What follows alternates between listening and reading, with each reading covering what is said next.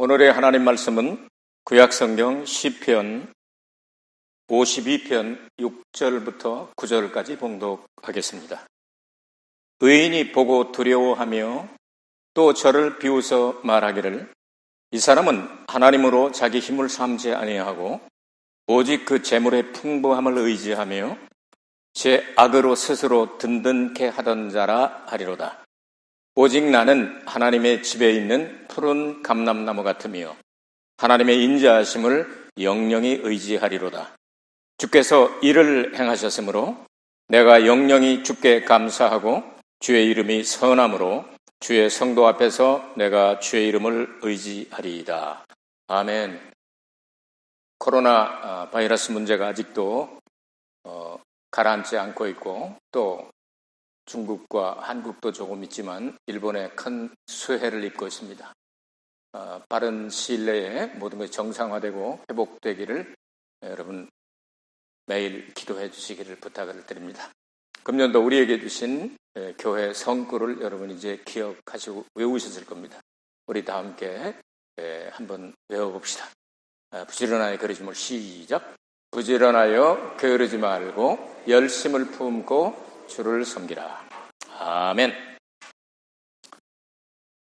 푸른 감람나무처럼 하는 제목으로 하나님 말씀을 증거하겠습니다.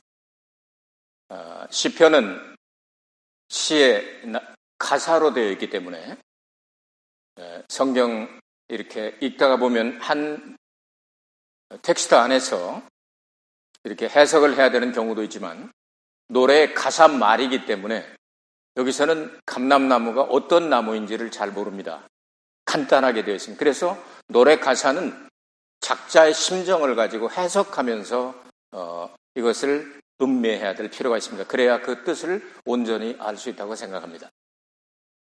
성경에는 예수님을 예표하는 사람들이 많이 나와요. 예를컨대 아담이라든지 요셉이라든지 아브라함이라든지 모세라든지 다 이런 사람들을 통하여 하나님께서 예수님이 이 땅에 오시면 이런 일을 하시게 될 것이다 하는 것을 알게 하셨습니다. 동물을 통하여도 예수님과 연관을 시킨 것들이 많이 있습니다. 예를 들어서 어린 양 하면 다른 사람 보고 어린 양이라고 하지만 하나님의 어린 양은 예수님밖에 안 계시죠.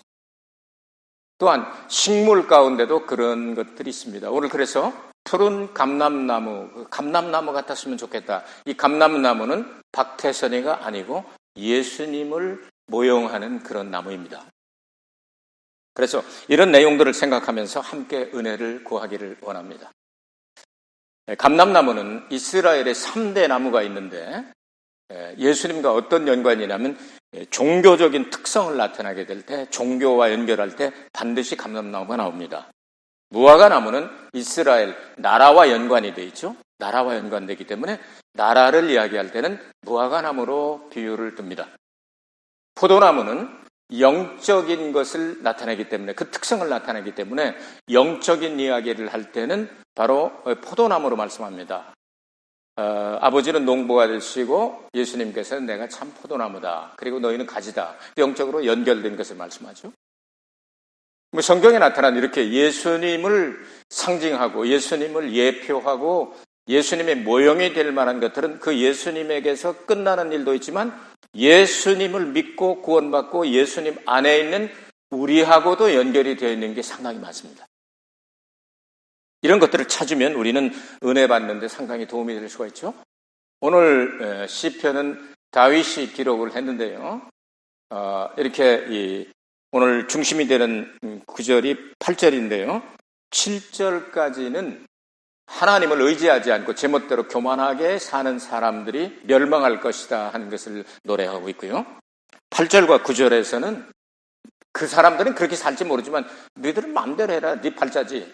나는 여호와 하나님을 의지하여 하나님의 집에 숨겨져 있는 푸른 감람나무 같으리로다. 이렇게 노래하고 있습니다. 이 노래 말이니까 해석을 좀 해야 되겠죠?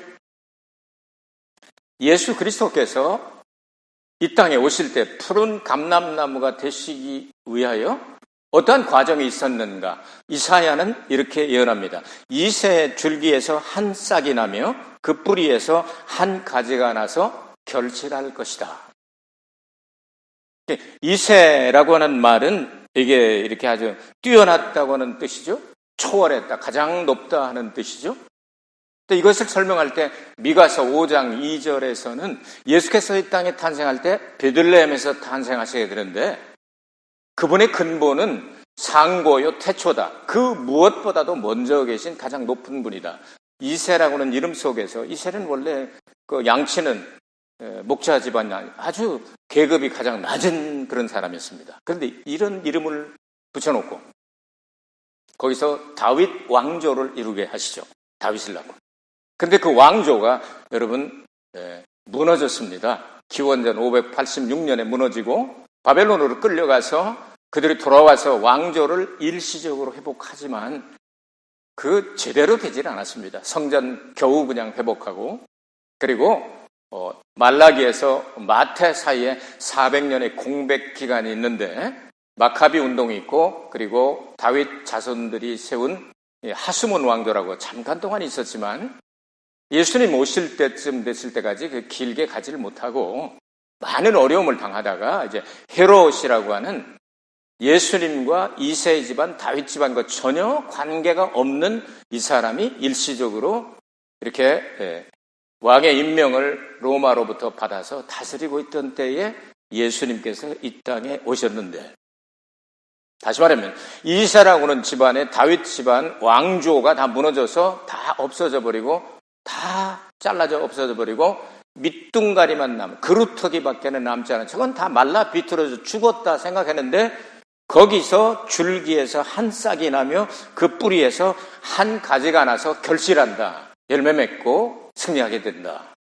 이것이 참 중요합니다. 한 싹이란 말과 여기 한 가지라고 하는 말이 굉장히 우리에게 중요한 의미를 주고 있는데요. 여기서 한 싹이라는 말은 히브리 말로 호테르라고 말하는데 이 호테르라는 말은 살아있다, 살리다, 생명을 보존하다. 죽은 줄 알았는데 그루터기가 다 말라 비틀어 죽은 줄 알았는데 살아있다. 살아있어. 거기서 생명이 나온다 하는 뜻입니다. 그 다음에 나오는 한 가지 네체르라고 하는 말은 그분이 살아있어서 나와서 사는 것이 네체르가 나사렛입니다. 구약 성경에는 바로 이사야 11장 1절밖에는 나사렛이라고는 단어가 나사렛밖에 나오지 않습니다. 근데 마태복음 2장 23절에 예수님께서 헤롯 박해를 피해서 에집트에 갔다가 이 애굽에 갔다가 오셔서 살았던 동네가 나사렛이라고 한번 나옵니다. 마태복음 2장 23절 말씀이죠. 그래서 그 이후로 많은 사람들이 나사렛 예수라고 불렀다. 그래서 은과 금 내게 없어도 내게 있는 것 내게 주노니 곧 나사렛 예수의 이름으로 걸으라. 나사렛 예수라는 말을 사용하게 되죠. 바로 이 네체르라고 하는 말이 새롭다, 감찰하다, 신선하다, 지키다. 새롭게 시작한다고 말이죠. 생명을 보존하고 있다가 새롭게 시작을 하는 분이 바로 예수 그리스도다. 이렇게 예언을 하고 있네요.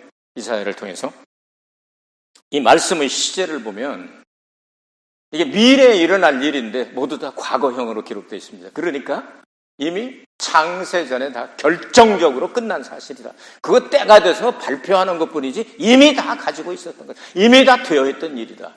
이야, 이렇게 되니까 우리의 구원도 우리가 이루는 게 아니네요. 하나님의 은혜로 이미 다 결정된 거네요. 그러니까 나 구원받았으니까 난 마음대로 살 거야. 천국에 갈 거니까. 이런 싹이 없는 분들이 되면 안 되겠죠? 구원받았으니 얼마나 감사한가. 지난주 계속해서 설교를 했던 이 똥똥에 빠진 바디메오와 같은 나를 건지시러 오셨구나 하고 감사하면서 살아야 되겠죠? 그렇게 생각이 되는 사람은 아멘 한번 하면 좋겠습니다. 그래야 두 번째로 가죠. 두 번째, 오늘 본문에 나옵니다. 하나님의 집에 있는 푸른 감람나무다. 감람나무, 아마 히브리 말로는 자이트라고 말하고, 그 다음에 헬라 말로, 신약 말로는 이제 엘라이아 이렇게 얘기를 하는데요. 이 감람나무는 굉장히 특징이 있습니다. 다른 나무에 비해서 여러분 중동 지역에는 이 바타라고 말하는 이 황충, 늪, 메뚜기 이런 것들을 있지 않습니까? 이거 막 긁어먹는 거. 지금 파키스탄, 인도, 중국 20조? 20조 마리인가 날라와가지고 뭐 엄청나게 지금 갉아먹죠? 이 아프리카 중동 쪽에서 온 거죠. 요놈이 갉아먹을 때 다 말갛게 싹 갉아먹는데 남는 나무가 감람나무입니다. 왜 그럴까요? 갉아먹으려고 붙으면 그 속에서 진액이 나와가지고 화학 반응을 일으켜가지고 요것들이 써서 못 먹게 다 날라 도망가게 합니다. 우리 예수님 믿고 말씀과 성령으로 충만하고 예수가 내 안에서 충만한 사람은 원수마귀가 들어가 사방팔방으로 우리를 공격하고 우리를 죽이고 도둑질하고 멸망시키려고 애를 써도 그 액체를 내면 화학 반응을 일으켜서 마귀가 한 길로 왔다가 도망갈 때는 7길로 도망가리라. 아멘. 이걸 가리키는 거죠. 얼마나 아주 가뭄에도 남아있는 나무인지 모릅니다. 조금씩 자라면서 예수 그리스도를 나타내는. 예루살렘에 제가 몇 번 가봤는데 감람산에 몇 번 올라가 봤습니다. 그 감람산에 나무가 하도 많아서 산 이름이 감람산입니다. 근데 그 감람산에 한 2000년, 3000년 묵은 감람나무들이 지금 있습니다. 아주 고목으로 이렇게 되는데 그걸 보면 거기 가면 저절로 눈물이 나옵니다. 저 나무 밑에서 겟세마네에서 예수님이 내 죄를 위하여 기도하셨구나. 생각만 해도 그냥 눈물이 쫙 흘러면서 주님 나무는 살아있는데 주님은 아직 안 오십니까? 하면서 저절로 기도가 나오고 저절로 은혜가 임하게 됩니다. 이렇게 아주 오래도록 장수하면서 정말 끈질기게 환난과 역경을 다 이겨내면서 여호와의 영광을 계속 나타나는 나무로 나타납니다. 시편 92편 12절에서 15절까지를 보면 하나님의 집에 심는 나무가 종려나무와 그리고 백향목나무와 오늘 성경에 보니까 감람나무가 있는데 솔로몬이 성전을 건축하고 내부를 인테리어 할 때 바로 종려나무 모양과 그리고 백향목을 사용했으며 감람나무를 사용했는데 하나님의 성전 그리고 하나님의 성소에서 가장 깊고 가장 중요한 것이 어디라고 여러분이 배우고 있었습니까? 지성소 안에서 어디죠? 지성소 안에서 무엇이죠? 하나님의 언약궤의 뚜껑. 그래서 그것을 뭐라고 한다? 시은좌라고 한다. 구속의 뚜껑이라고 말하죠. 거기서 용서를 받게 되는 겁니다. 그때 거기에 이 그룹 둘을 딱 붙여가지고 날개들을 이렇게 뭉쳐서 이렇게 탁 이렇게 채워놓은 게 근데 그것을 무엇으로 만드느냐? 감람나무로 만들어서 금을 입혔다 하고 열왕기상 읽어보면 열왕기상 5장 6장 이 지역에 가면 이게 나옵니다. 그러니까 얼마나 중요한 거냐 이 말이지. 하나님 성전에서 가장 중요한 그 부분을 감람나무로 만들었다. 그리고 시편 128편에 보면 여호와 하나님을 경외하고 하나님 말씀에 순종하는 사람들의 축복받는 비결을 어떻게 설명하고 있습니까? 내 집 내실에 있는 아내와 내 자녀들은 어린 감람나무와 같다. 그래서 종기종기 모여가지고 새싹이 나오는 것처럼 바글바글 하고 이 식탁에 이렇게 모여 앉은 그 모습을 노래하고 있지 않습니까? 이렇게 중요한 하나님의 은혜와 축복과 번영과 영원을 상징할 때 감람나무를 이야기합니다. 얼마나 이 나무가 좋았으면 그 이단자 중에 여러분 전도관을 창시한 사람 여러분 이름을 압니까? 죽었죠? 9,900살인가 몇 살인가 죽었잖아요. 자칭. 그게 이제 그 박태선인데 그래 우린 그 이단들을 물러가라 해가지고 죽었네 박태선이 죽었네 하면서 막 이러면서 이제 막 노래도 하고 그랬는데요. 그 나쁜 사람인데 얼마나 좋은 나무면 지가 감람나무라고 그랬잖아. 이 나무가 하나님 안에 하나님 집 안에 들어있는 예수님의 성품을 상징하고 예수님은 우리와 하나이니까 우리 성도들에게 번영과 축복과 영생을 나타내는 귀중한 나무이다 그 말입니다. 제가 감람나무를 연구하면서 한 30가지를 연구해놨는데요. 이제부터 감람나무의 교훈 아주 중요한 거 30개를 다 하면 2시간 걸립니다. 그래서 아주 빠른 속도로 7개만 아주 중요한 것만 골라가지고 여러분들에게 발표를 해드리도록 하겠습니다. 첫 번째, 감람나무가 성경에서 제일 먼저 나오는 단어는 굉장히 중요합니다. 태초에 하나님이 천지를 창조하시니라. 처음 나오는 거 중요한 겁니다. 생명은 1장 20절에 나오죠. 물, 이렇게 나오는 것들이 다 처음 나오는 단어가 중요한데, 성경에서 제일 먼저 나오는 감람나무는 창세기 8장 11절에 있습니다. 읽어드립니다. 저녁 때 비둘기가 그에게로 돌아왔는데 그 입에 감람 새 잎사귀가 있는지라 이에 노아가 땅에 물이 감한 줄을 알았으며. 노아 홍수 이야기는 여러분 성경 개괄적인 건 제가 몇십 년 설교를 했기 때문에 여러분 다 아시는 거를 제가 믿고 이제 막 나갑니다. 그래서 조금 이제 깊은 부분도 조금씩 이제 제가 아는 대로 터치를 하겠습니다. 자, 그러면 노아 방주를 짓고 난 다음 노아의 가족들이 방주 안에 어느 정도 있었죠? 몰라도 천국 가는 데는 지장은 없지만 알면 선생님 하기에 참 좋습니다. 371일 동안 있었습니다. 371일 동안. 자, 371일 동안 있다가 나오게 되는데 전령들을 보내죠. 먼저 까마귀를 보내고 이놈은 안 돌아오고 이건 육식동물이고 막 잡식이니까 먹고 왔다 갔다 했다고 그러죠. 왕래하였더라. 그 다음에 이제 비둘기를 보내니까 첫 번째 이렇게 보냈더니 비둘기가 접촉할 곳을 찾지 못해서 다시 돌아왔다. 그러니까 하나님의 성령이 노아 홍수 이것을 심판하실 때 하늘나라로 돌아갔다는 얘기가 되는 거예요. 그 다음 또 일주일 지나서 보냈더니 이제 저녁 때가 돼서 감람나무 새이파리 가져왔다. 이건 성자시대의 성령은 어떻게 임하느냐. 새라고 하는 단어와 잎이라고 하는 단어를 하나로 묶으면 타라프 알레라고 합니다. 히브리 말로. 그러면 타라프라는 어떤 갈기 찢어졌다 하는 뜻입니다. 갈기 찢었다. 그 다음에 알레라고는 잎 있지 않습니까? 새 잎이라는 뜻은 이파리. 그 잎은 무슨 뜻이냐면요, 높이 올라가다, 승천하다 하는 단어입니다. 여기서 나오는 거 여러분 생각 안 납니까?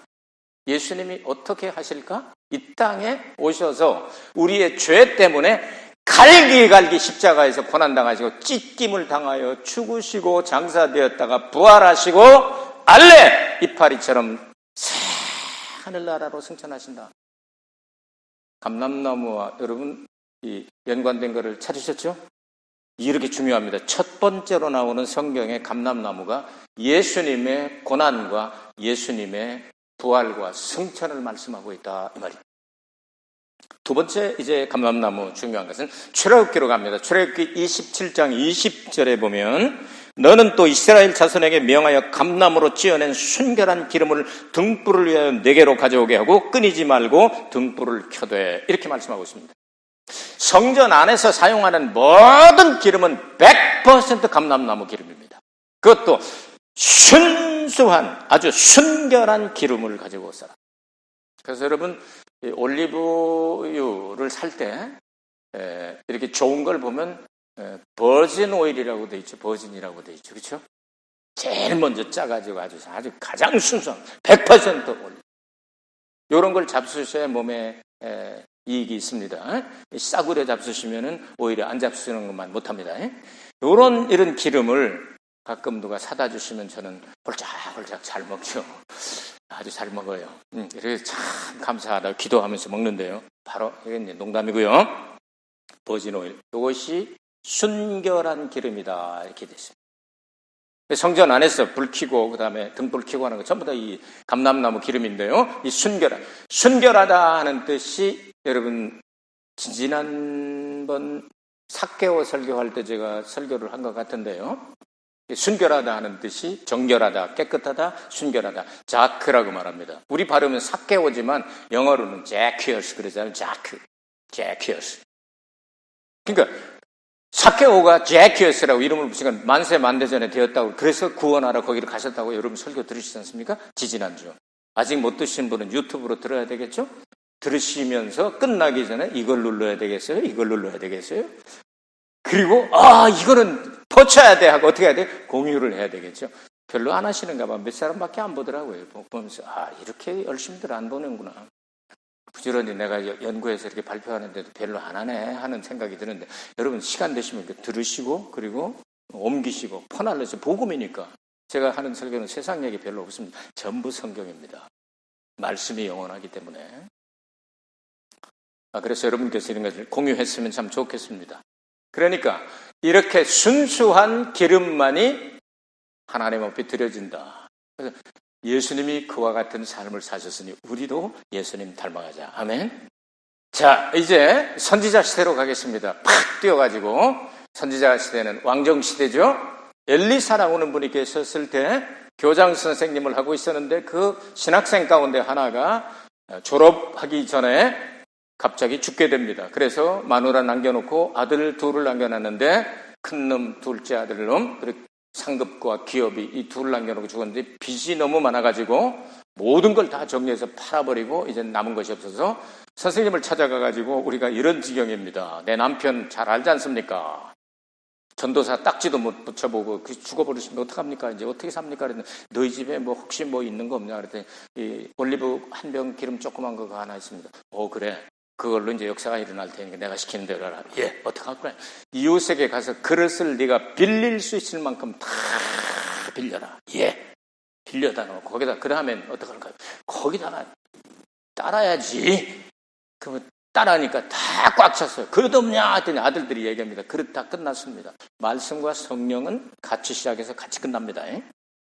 그릇은 말씀, 성령은 기름, 이렇게 생각하시면 좋겠습니다. 자, 이렇게 가지고 이제 갔습니다. 선생님 어떻게 하면 좋을까요? 팔아서 빚 갚고 남은 걸로 생활해. 그러니까 말씀과 성령으로 우리는 시작해서 끝까지 사는 겁니다. 할렐루야. 근데 여기에 명령법이 과거형으로 되어 있습니다. 나가서 지금부터 팔 얘기잖아요. 그 미래입니다. 네가 나가서 팔아서 이제 그 빚 갚고 그다음에 남은 걸로 살아야 하는데, 이 명령을 내릴 때 과거형으로 내렸습니다. 이 무슨 얘기입니까? 이미 다 끝났다.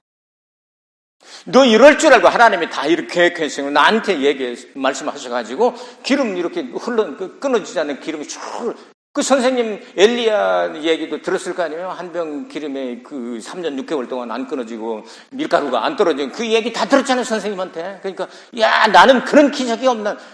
근데 살리는 것도, 사람 죽은 거 살리는 것도 나 되게 닮았는데 기름 얘기 안 나오나. 하나님 앞 기도하고 있었을 거 아니에요? 올 것이다 얘기했을 거 아니에요? 각색을 해보는 겁니다. 그랬더니 명령법 과거로 사용해라. 이미 다 끝났다. 그렇게 해가지고 팔아서 얘네 살게 돼 있다 이거예요. 이거 얼마나 은혜스러운 말씀이냐 이 말이에요. 지금 기름 기울여가지고 나가서 팔아먹고 살 그 걱정할 때가 아니라 이미 다 결정적이다 이거예요. 결정났다 과거에. 그러니까 이 히브리 문법을 알면 이렇게 참 유익한 부분이 있죠. 그래서 이미 다 끝났다. 그다음 네 번째 갑니다. 열처녀 비유를 여러분 들어보셨겠죠? 마태복음 25장에 나온 열처녀. 근데 5명은 스마트하고 참 지혜롭고 참 괜찮은 여자들이에요. 근데 5명은 완전히 퉁이들이에요. 미련 퉁이들이에요. 근데 예상 시간보다 신랑이 늦게 오기 때문에 한밤중쯤 돼가지고 같이 잠들면 같이 깜빡깜빡 조는 겁니다. 신앙생활 잘하는 사람도 맨날 철회할 수 있는 게 아니고 맨날 금식할 수 있는 게 아니잖아요. 그러니까 신앙생활을 하면서도 준비하고 하라는 거죠. 야, 신랑이 올 때가 가까워졌다 하니까 다들 준떡하지고 하니까 미련퉁이든 기름을 쬐끔만 가지고 한 8시쯤 올 거야 했는데 11시쯤 되니까 그냥 깜빡깜빡하고 그냥 있잖아요. 네? 불이 꺼지려고 그러고 기름이 다 떨어졌다. 지혜로운 사람들은 어떻게 했어요? 같이 그러고 있는데 스페어깡에다가 이 올리브유를 가지고 갔잖아요. 그래서 거기다 부어가지고 다 이렇게 가려고. 야, 우리 나눠줘. 조금만 줘. 우리도 같이 가자. 그랬더니, 야, 이건 둘 다 못 줘. 그러니까 가서 가게 가서 미세에 가가지고 사가지고 와. 사러 간 동안에 와서 신랑이 와가지고 싹 5명만 들어갔다. 요때 나눠달라고 할 때 이게 과거 분사형으로 기록되어 있습니다. 과거 분사형. 과거에 끝난 사건이고 절대로 안 되는 사건인데 지금 나눠달라고 그러면 돼요, 안 돼? 안 된다 그 말이에요. 절대로 안 되게 돼 있다. 과거 분사로 끝난 거다. 밝았어요? 이게 감람나무 기름입니다. 이게 마지막에 살고 있는 성도들이 감람나무 기름을 충분히, 곧 성령의 기름 부으심을 잘 준비했느냐 못 준비했느냐에 따라서 한 사람은 가고 한 사람은 남겠네가 될 수가 있다. 자, 이렇게 하다가 이제 빨리 뜁시다. 빨리 뛰는데 어디로 뛰느냐 하면 겟세마네 동산으로 뛰겠습니다. 누가복음 2244 2244 여기 좋겠죠? 2244 예수님이 마지막 지상에서의 마지막 기도를 겟세마네 동산에서, 겟세마네가 무슨 뜻입니까? 기름 짜는 틀이란 뜻입니다. 어느 산입니까? 올리브산입니다. 올리브산에 올리브 기름 짜는 틀에 가서 예수님이 기도하셨다. 어떻게? 속에 있는 모든 액체를 다, 진액을 다 쏟아부으면서, 그래서 예수님께서 막 기도할 때 땀이 그냥 타타타타 떨어지면 핏방울처럼 떨어지더라 그랬잖아요. 몸을 팍 찌르면 그냥 피가 그냥 타다닥 떨어지는 것처럼. 그러니까 예수 그리스도의 고난과 연결되어 있지 않습니까? 예수님께서 기름 짜듯이, 히브리서 5장에 보면 심한 통곡과 눈물로 하나님 앞에 아뢰었다. 얼마나 간절하게, 얼마나 통곡하면서 부르짖어 기도하고 부르짖어 기도하고, 아버지여 만일 할만하시거든 이 잔을 내게서 지나가게 하옵소서. 그러나 내 원대로 마옵시고 아버지의 뜻대로 되기를 원하나이다. 예수님 거기서 승리하셨습니다. 그래서 십자가는 그냥 주신 거예요. 이미 겟세마네 동산에서 결판 나신 거예요. 십자가의 고통, 그것은 잃어버리면서 이제 하나님 여러 가지 기도하잖아요. 7가지 말씀하시잖아요. 이런 내용들을 생각하게 될 때 예수님의 고난, 이것 때문에 우리의 모든 죄가 속죄가 되고 이제 예수 그리스도가 피 흘려서 속죄하시고 부활하시고 다시 오시게 되죠. 계시록으로 이제 막 뛰겠습니다. 계시록 6장에 가면, 요한계시록 6장은 7인에 대해서 7seal 이렇게 봉한 인 이제 열기 시작하는 장면이죠. 그래서 7번째 인을 떼시면 그 속에서 7개의 나팔이 나와서 쭉 이렇게 가다가 7번째 나팔을 불면 마지막에 7 대접 심판을 하면서 이제 모든 인류의 역사가 이 지상에서 끝나게 되죠. 그 환란이 들어가게 했을 때 이제 7년 대환란 그렇게 얘기하는데, 어쨌든 7년 대환란, 가장 극심한 환란은 그 대환란 가운데서도 3년 반입니다. 1260일 42개월.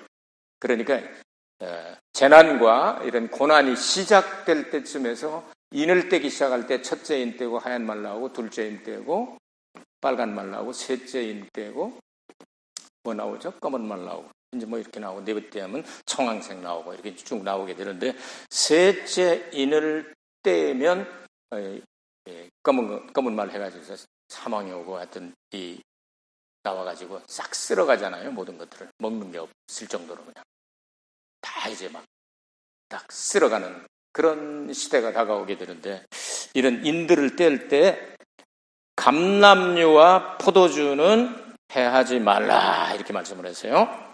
계시록 6장 6절 한번 찾아보시기 바랍니다. 제가 네 상무살을 보는 나타난 음성을 들으니 이르되 한 데나리온에 밀 한 대요 한 데나리온에 보리 석 대로다. 감람류와 포도주는 해치 말라 하더라. 이렇게 말씀. 자, 이 말씀을 들을 때 전 세계 대공황이 다시 일어나게 되죠. 앞으로 이런 대공황이 일어나게 될 때 하나님께서 건드리지 못하게 하는 부류가 있습니다. 이것은 감람류와 포도주는 해하지 말라. 이것은 하나님의 성령의 기름을 부어서 하나님께서 지키기로 작정하신 그 사람들은 환란이 다가와도 건드리지 못하게 된다. 이런 내용을 말씀하고 있습니다. 이제 그렇게 하면서 나팔 시대로 되기 시작하면서 여러분 아시다시피 계시록 쭉 이렇게 연결이 되지 않습니까? 쭉 연결이 되면서 그 다음에 마지막에 이제 계시록 11장을 가겠는데 두 감람나무가 나옵니다. 여기에 두 감람나무. 11장 4절 읽어드립니다. 이는 이 땅에 주 앞에 섰는 두 감람나무와 두 촛대니 그렇게 기록을 하고 있습니다. 이것을 두 증인을 이렇게 이야기를 했죠. 두 증인. 그러니까 이제 환란이 다가오고 제3차 세계 대전이 일어나서 인류의 3분의 1이 죽임을 당하는 이런 일들이 이제 다가오게 되고, 계시록 13장에 가면은 이 두 증인이 이제 그 적그리스도와 싸우는 장면이 11장에 나옵니다. 그래서 적그리스도와 싸우는데 적그리스도가 너무 미워가지고 이 두 증인을 죽입니다. 이 두 증인 죽이는데, 여러분, 모세와 엘리야가 올지 에녹과 엘리야가 올지 그것은 그때 봐야 알겠습니다. 어쨌든 죽음을 보지 않고 어딘가로 옮겨진 사람이 두 사람이죠. 에녹과 그리고 엘리야입니다.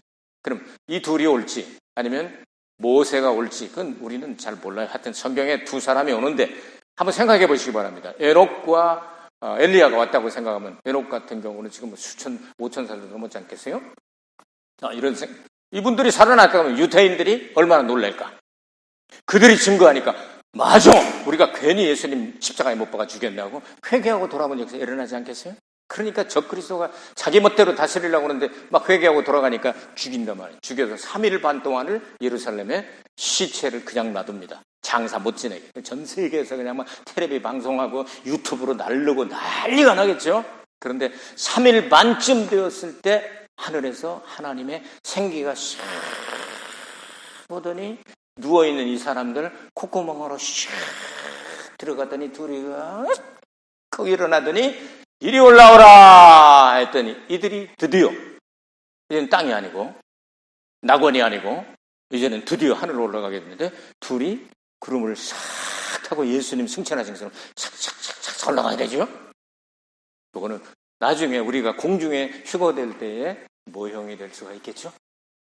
그렇죠? 모형이 될 수가 있겠죠.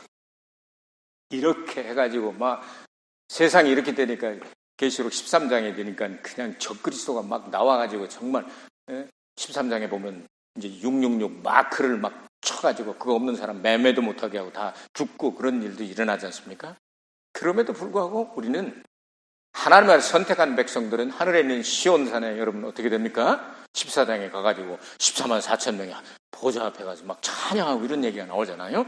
이런 내용들이 쭉 연결이 되는데 이 두 감람나무 이야기가 계시록 11장에 여기 나온다 이 말이죠. 마지막에 이런 내용들을 생각하게 될 때 이 감람나무, 이파리, 나무 이 모든 것들이 다 예수님의 사역과 연결이 쫙 되고 또 더 확대하면 예수님 안에 있는 우리 성도들이 가져야 할 내용과 연결이 있다고 말이죠.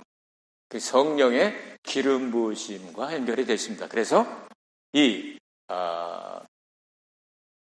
성령께서 먼저 인을 치시고 난 다음에 계시록 13장에 마귀가 나와서 666이라는 인을 치게 될 겁니다. 그러니까 여러분들은 예수님을 잘 믿고 성령으로 충만하면 그 666에 그것을 걱정할 필요가 없다. 왜냐하면 성령으로 인쳐진 사람들은 하나님께서 책임지고 지켜주신다. 이런 확신을 가지고 있을 때 세상에 참 어지러운 일들이 많이 있지만 여러분 승리하게 될 줄로 믿습니다. 한 주간 동안도 이 말씀 꼭 음미하시면서 이 말씀을 남들에게 나눠주면서 승리하는 여러분 되시길 기도하겠습니다. 은혜가 풍성하신 아버지 하나님 감사합니다.